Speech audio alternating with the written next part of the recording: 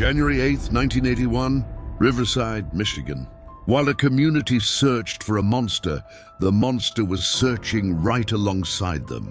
For 27 years, the residents of Riverside, Michigan believed they knew their neighbors. They believed their quiet lakeside community was safe from the darkness that plagued bigger cities. They were wrong.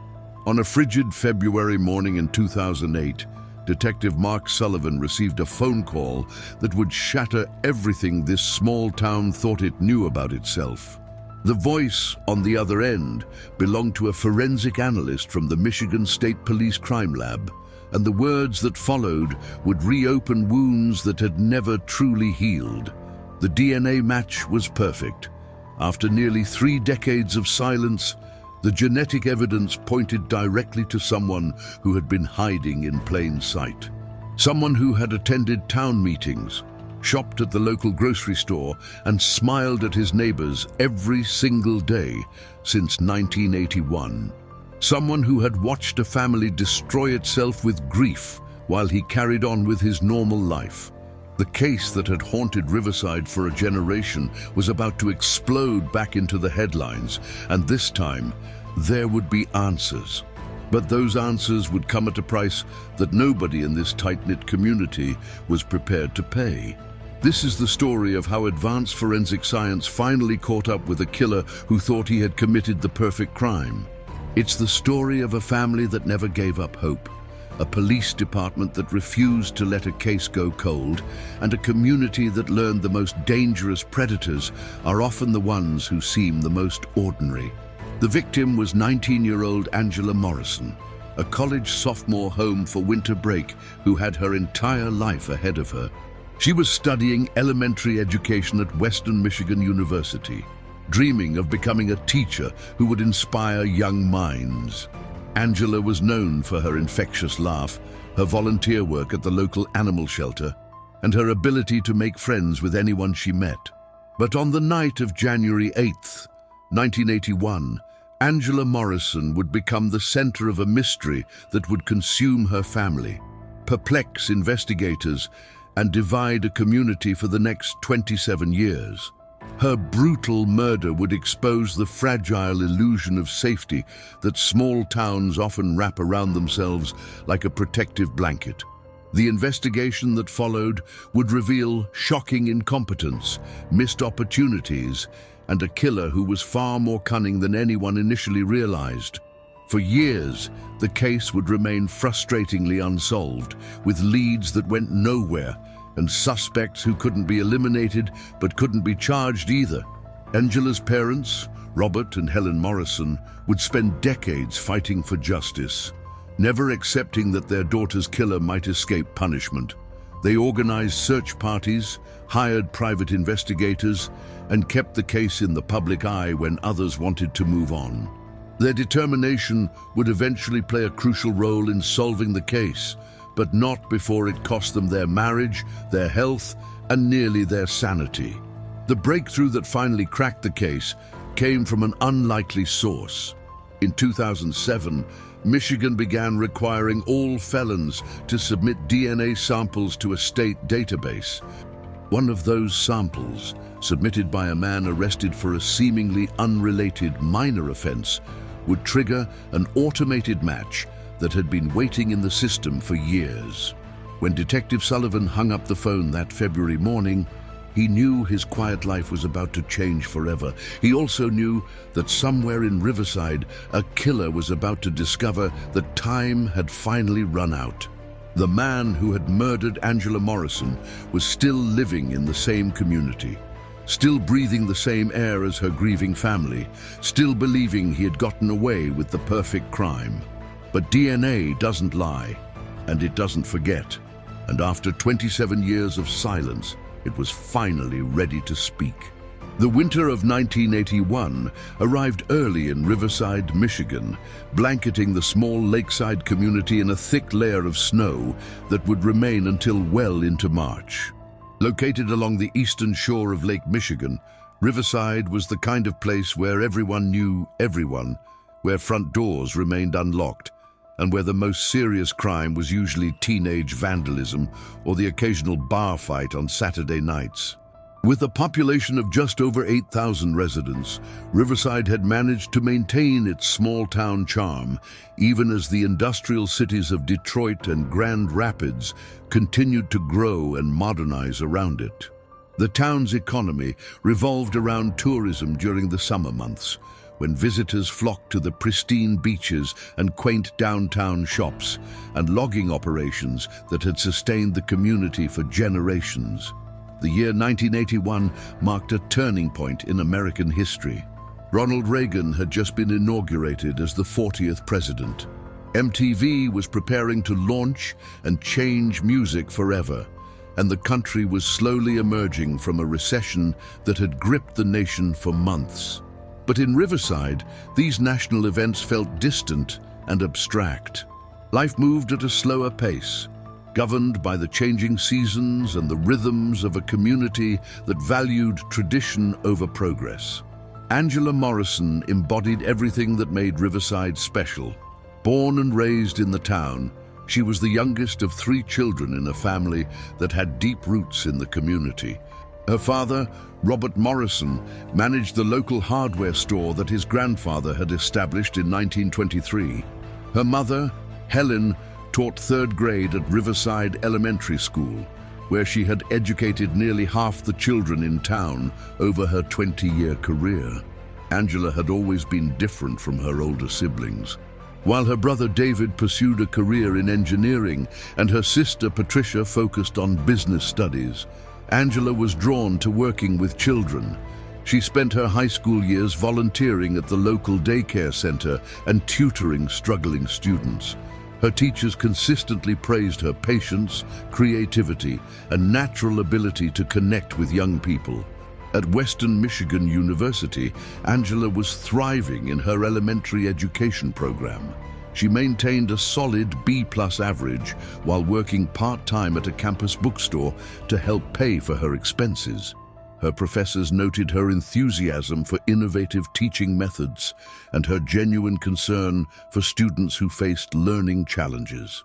Angela had already secured a student teaching placement for the following fall and was excited about the prospect of having her own classroom someday.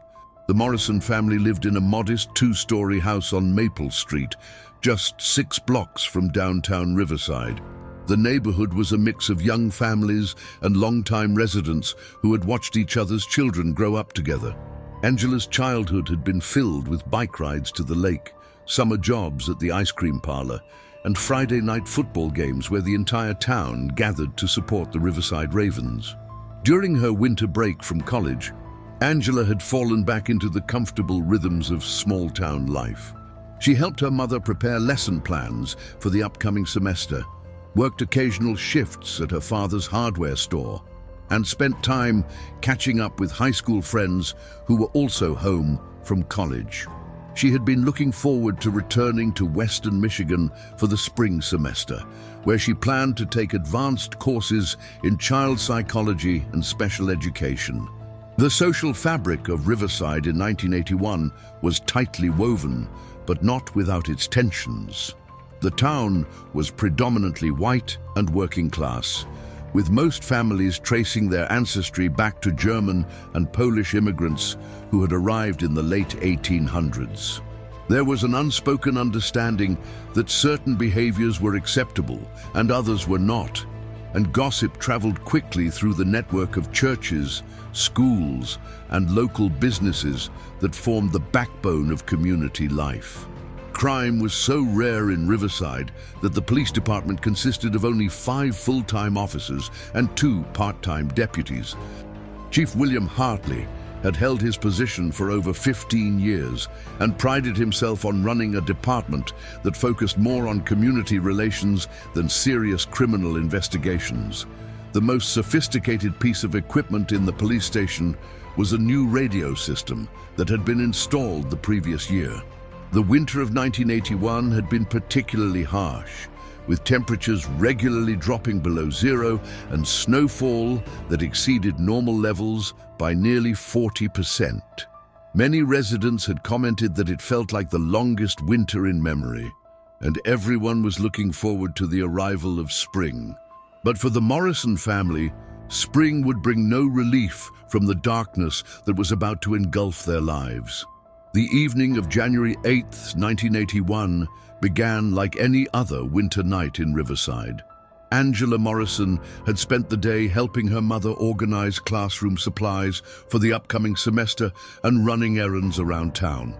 As darkness fell early, bringing with it the bitter cold that had gripped Michigan for weeks, Angela made plans to meet her high school friend Lisa Chen at the Riverside Bowling Alley for what had become a weekly tradition during winter break. The bowling alley, located on the outskirts of town near the old lumber mill, was one of the few entertainment venues that stayed open year-round. On Thursday nights, it attracted a mix of college students home for break, young adults from town, and the occasional group of older residents looking for a social outlet during the long winter months. The atmosphere was casual and friendly, with the constant sound of rolling balls and falling pins, creating a comforting backdrop to conversations and laughter. Angela arrived at the bowling alley around 7:30, wearing her favorite burgundy sweater and dark jeans. She had driven her father's 1978 Ford pickup truck, a vehicle she had learned to drive on the back roads around Riverside and felt comfortable handling even in snowy conditions. Lisa was already waiting with a lane reserved, and the two friends quickly fell into their usual routine of catching up on college experiences while attempting to improve their consistently mediocre bowling scores. The evening proceeded normally until around 9:45, when Lisa received an unexpected phone call from her boyfriend asking her to meet him at a party across town. Angela encouraged her friend to go, insisting that she was perfectly capable of finishing the game alone and driving herself home. Lisa hesitated, knowing that Angela would have to walk to the parking lot by herself. But Angela laughed off her concerns, pointing out that Riverside was probably the safest place in Michigan. After Lisa left, Angela continued bowling for another 20 minutes, chatting briefly with other patrons and enjoying the peaceful solitude. The bowling alley began to empty out as closing time approached, and by 10:30, only a handful of people remained.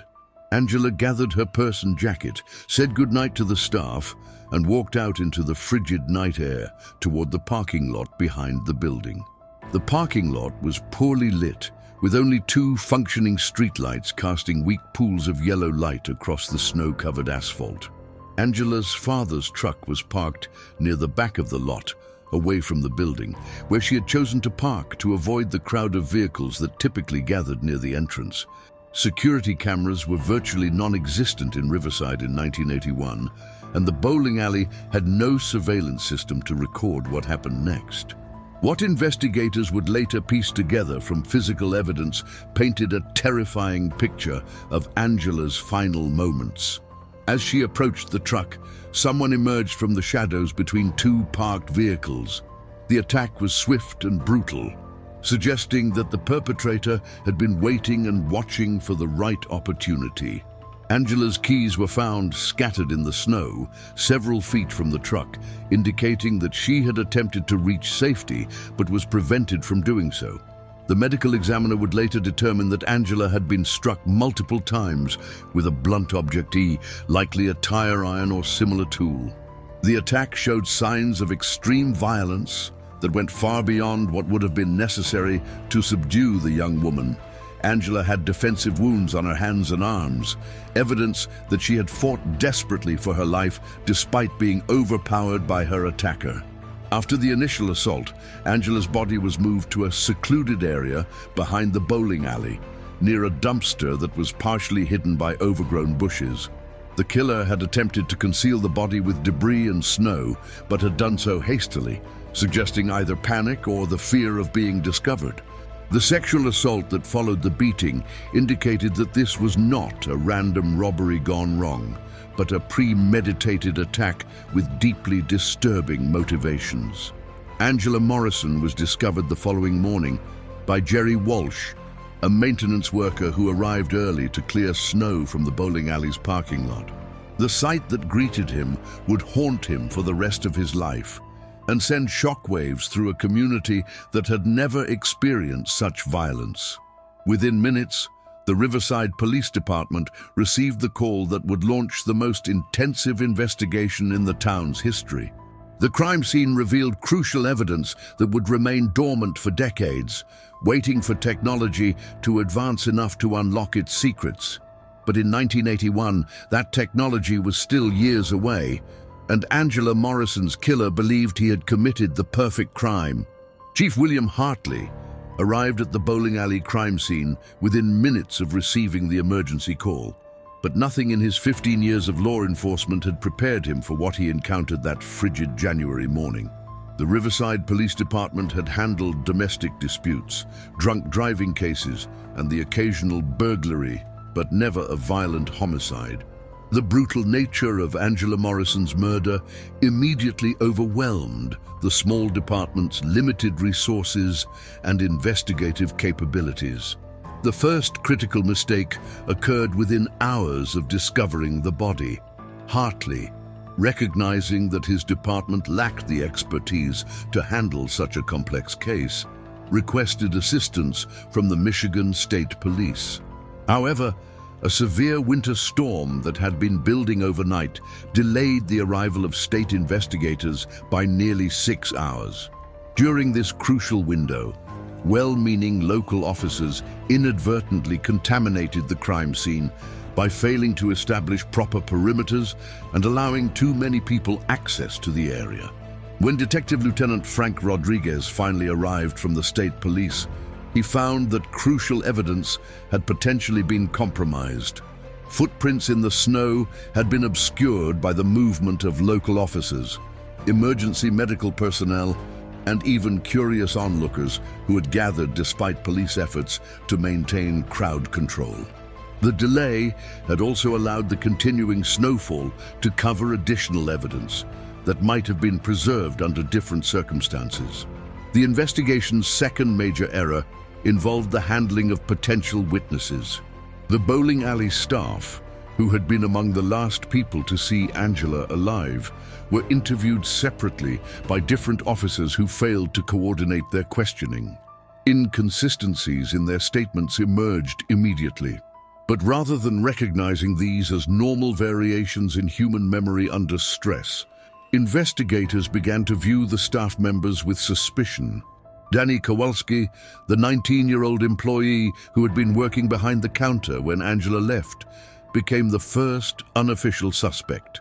His nervous demeanor during questioning and his inability to provide precise times for various events throughout the evening made investigators suspicious. Kowalski had a minor criminal record consisting of 2 misdemeanor charges for underage drinking, which further elevated him in the minds of investigators who were grasping for any lead in an increasingly complex case.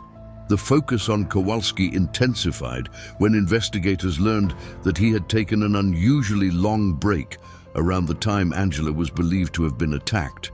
Kowalski insisted that he had been in the employee break room making personal phone calls, but he could not provide witnesses to corroborate his alibi. The investigation team spent weeks pursuing this lead, conducting multiple interviews with Kowalski and even searching his apartment, while other potential avenues of investigation were neglected. Meanwhile, the physical evidence collected from the crime scene was processed using the limited forensic capabilities available in 1981. Blood samples were typed using conventional methods that could only narrow down potential suspects to broad categories. Hair fibers found on Angela's clothing were examined under microscopes, but without DNA analysis, they could only provide general characteristics about the perpetrator. Most significantly, biological evidence that would later prove crucial to solving the case was collected and stored, but the technology to analyze it properly would not exist for years. The investigation's third major misstep involved the failure to properly canvass the neighborhood surrounding the bowling alley. Several residents who lived in houses backing up to the area reported hearing unusual sounds on the night of the murder. But these reports were not thoroughly investigated until weeks later. By then, memories had faded and details had become unreliable. robbing investigators of potentially crucial information about the timeline of events. Public pressure on the police department intensified as weeks passed without an arrest. The Morrison family, devastated by their loss, began questioning the competence of local law enforcement. Robert Morrison, Angela's father, started conducting his own informal investigation, interviewing people around town and developing theories about potential suspects. His efforts, while well-intentioned, sometimes conflicted with official police work and created additional confusion in an already muddled case. The investigation took another wrong turn when attention shifted to Angela's personal relationships. Investigators began scrutinizing her college boyfriend, her high school acquaintances, and even family friends, searching for any hint of romantic conflict or jealousy that might have motivated the attack. This approach consumed valuable time and resources, while the real perpetrator remained free to cover his tracks and establish an alibi that would protect him for decades.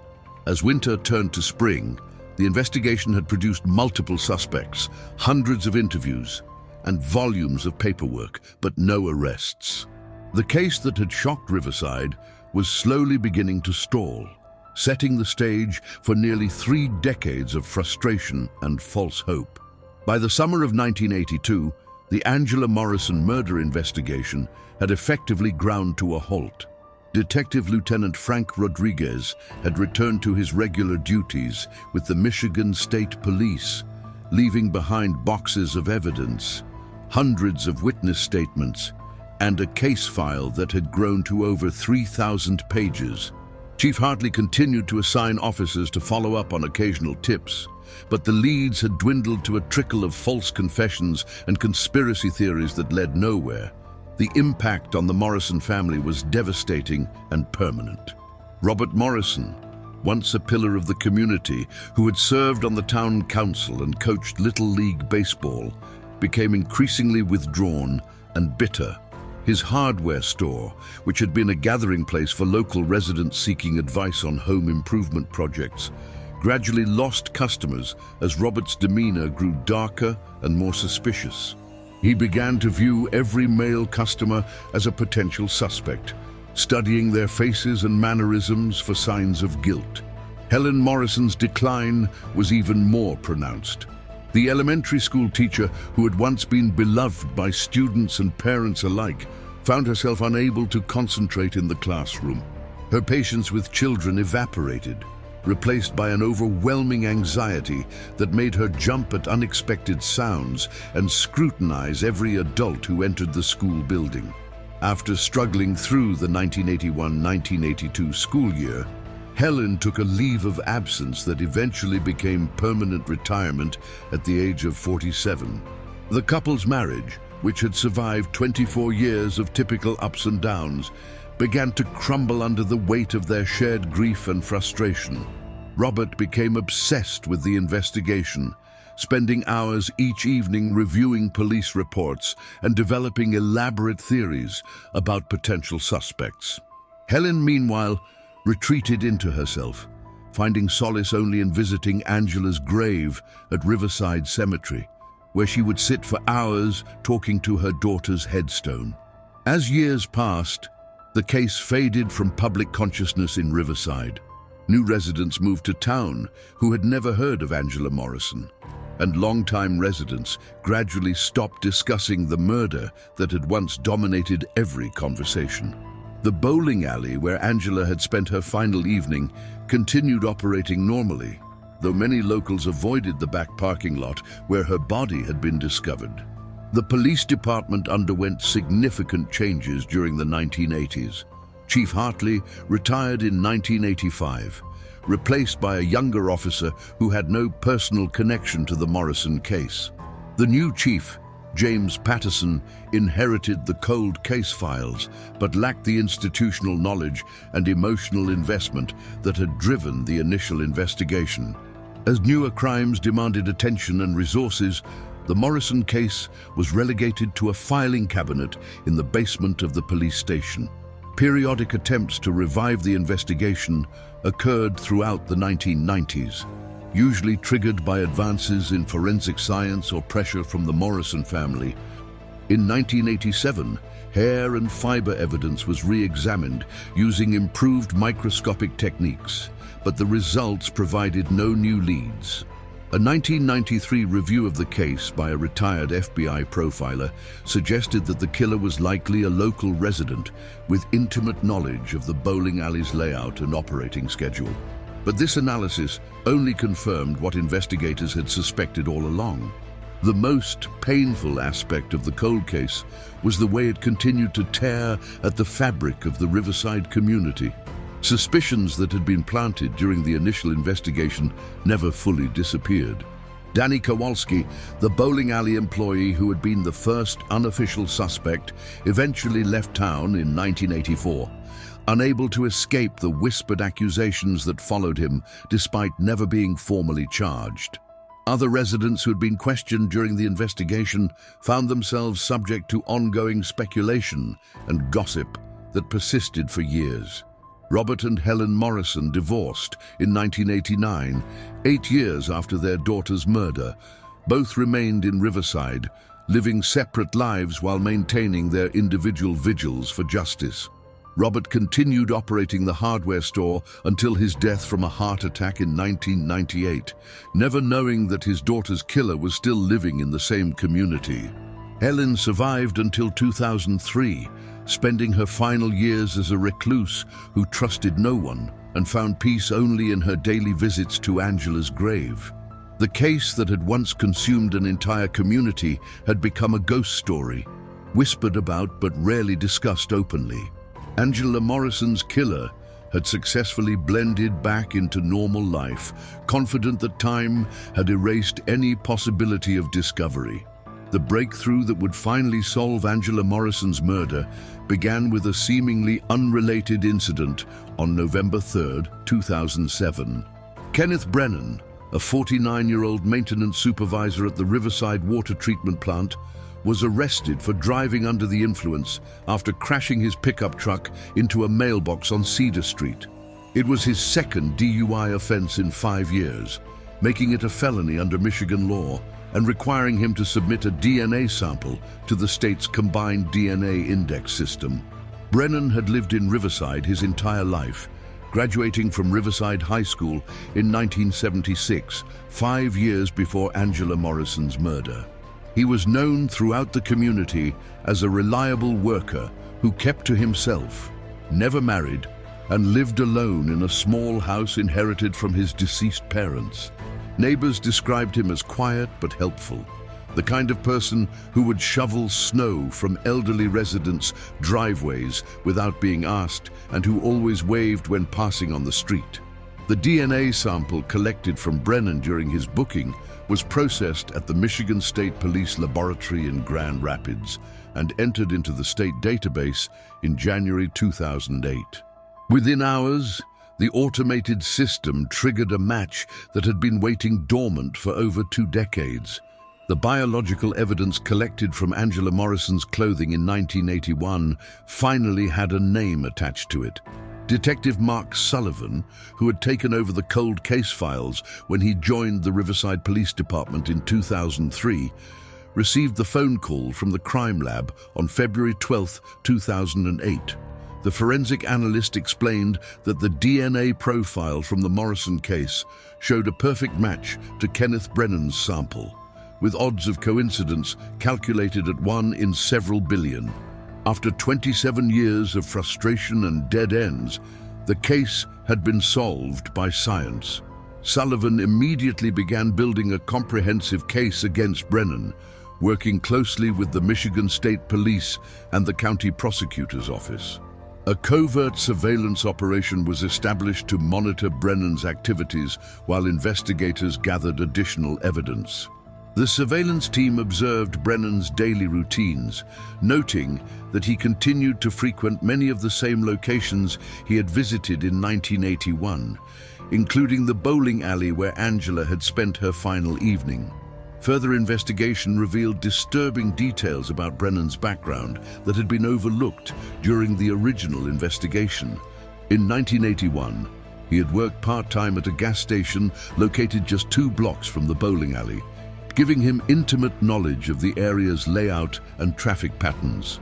Employment records showed that he had been scheduled to work until 9 o'clock on the night of Angela's murder, but had left early claiming illness.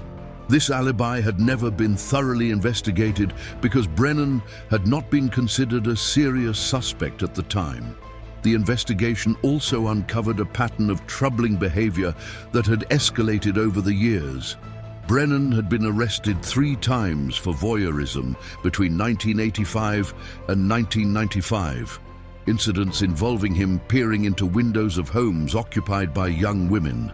Each arrest had resulted in minimal penalties, and the connection to the Morrison case had never been made because DNA technology was not yet available to link the crimes.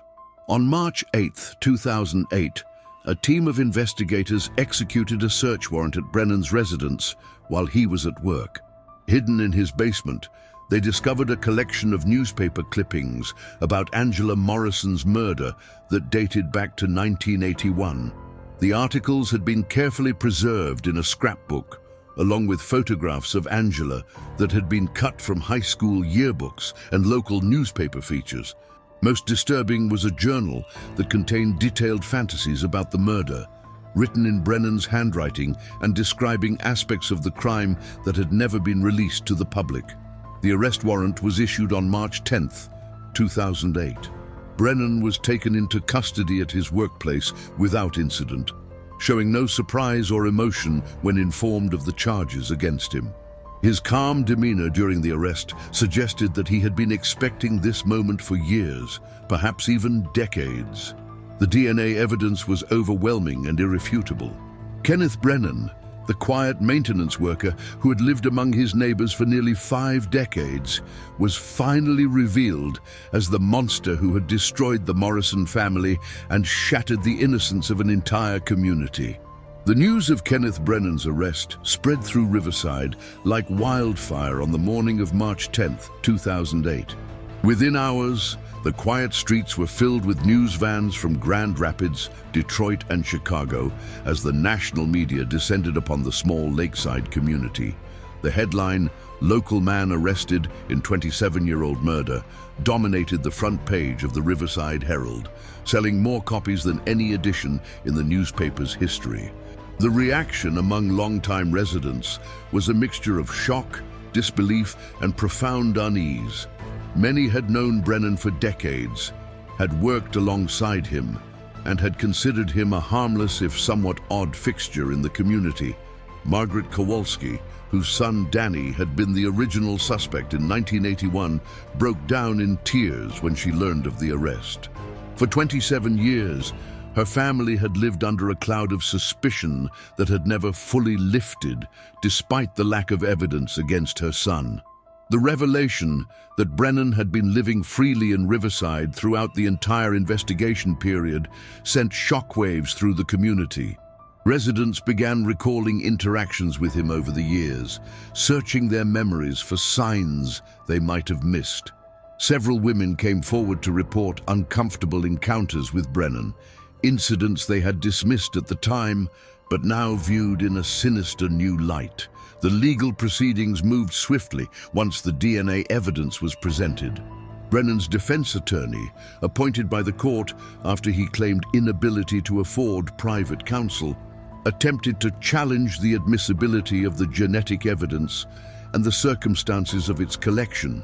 However, the scientific proof was overwhelming, and Brennan's own journal entries provided additional confirmation of his guilt. Faced with the certainty of conviction at trial, Brennan accepted a plea agreement on September 22, 2008. The plea hearing drew Angela Morrison's surviving family members back to Riverside for the first time in years. Her brother David, now a successful engineer living in California, had flown in specifically to witness Brennan's formal admission of guilt. Her sister Patricia, who had moved to Florida after their parents' divorce, sat in the front row of the courtroom as Brennan quietly acknowledged his responsibility for Angela's murder. The moment provided a sense of closure that the family had never expected to experience. The impact of the case's resolution extended far beyond the Morrison family. The Riverside Police Department implemented new protocols for evidence preservation and cold case review, ensuring that future investigations would benefit from advancing forensic technologies. Chief Patterson established an annual training program focused on DNA evidence and modern investigative techniques, transforming a department that had been overwhelmed by the original case into a more professional and capable organization. The bowling alley, where Angela had spent her final evening, underwent significant changes following Brennan's arrest. The new owners, who had purchased the business in 2005, installed modern security cameras and improved lighting in the parking area. A small memorial plaque was placed near the entrance, honoring Angela's memory and serving as a reminder of the importance of community vigilance and safety.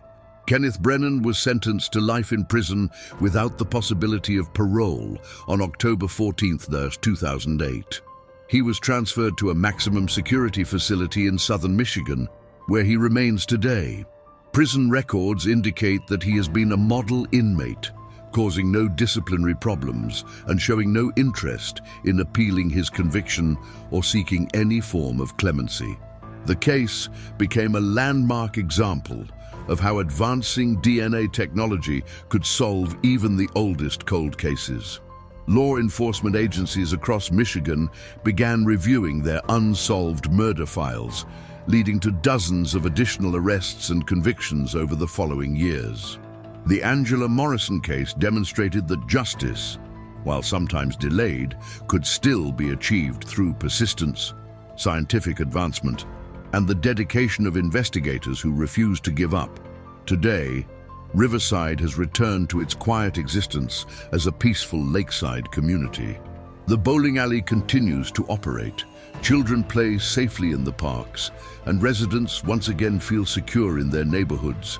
But the memory of Angela Morrison endures, serving as both a tragic reminder of evil's capacity to hide in plain sight and a testament to the power of science to eventually reveal the truth, no matter how much time has passed.